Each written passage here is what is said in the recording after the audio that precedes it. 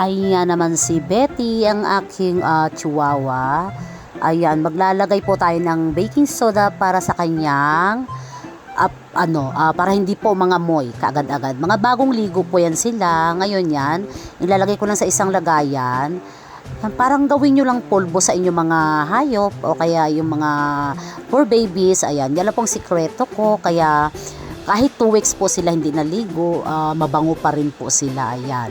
Basta siguraduhin nyo lang po na naligo sila. And then, patuyuin. Pag tuyo na po, ganyan ang gagawin nyo. Yan ang pinakapulbo niya. Super effective po. Sa tagal-tagal ko na po na gumamit nito, ito lang po ang super effective sa aking mga 4 babies. Wala po talagang amoy. Promise. Try nyo po mga ka-food for babies, yan, kapwa ako mga dog lovers dyan. Yan naman ang aking dachshund, si Beauty. Yan, siya po ang aking inenex. Yan, super hyper po ang aking Beauty na yan. Isa po siyang dachshund. 7 months na po, maliit pa rin siya, yan. Siguraduhin nyo lang po na mga bagong ligo bago po kayo mag-apply. Ayan naman ang aking Shih Tzu na si Bella. Ayan, si Bella, siya po yung pinakauna kong alaga na for babies. Si Bella is 7 years old na po yan sa akin. Ayan. Super bait po yan. Sa lahat ng alaga ko, siya po yung super mabait.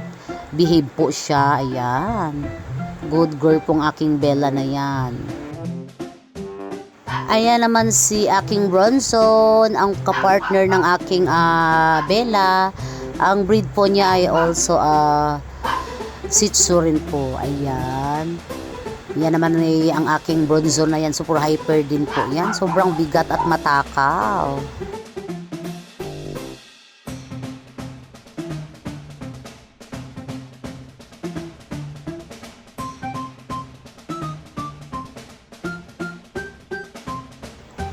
Ito naman ay si Becca. Ay, ang kanyang breed po ay Poodle. Ayan, si Becca. Ayan, super kulit din po yung Beccang ko na yan. Si Becca po ay nagkaanak na ng 2 yan. Ayan. Siyempre, lalagyan ko rin yan. Si Becca ay ginupitan ko yan, kaya ganyan ang balahibo. Nung nakaraang araw kasi kulot-kulot yan. Naawa naman ako, sobrang buhol-buhol, kaya ginupitan ko po. Ito naman si Bricks ay isang lahi niyang Chihuahua. Chihuahua po ang lahi ni Bricks. Super hyper din po yung aking Bricks na yan. Ayan, siya po yung kapartner ng aking Chihuahua na chocolate brown kanina. Yung una po. Ayan.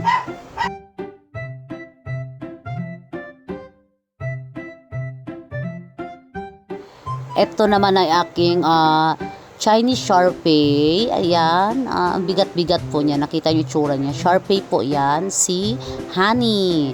Si Honey ay isa sa pinakamatakaw na alaga ako. Ayan. Pero mabait naman po siya.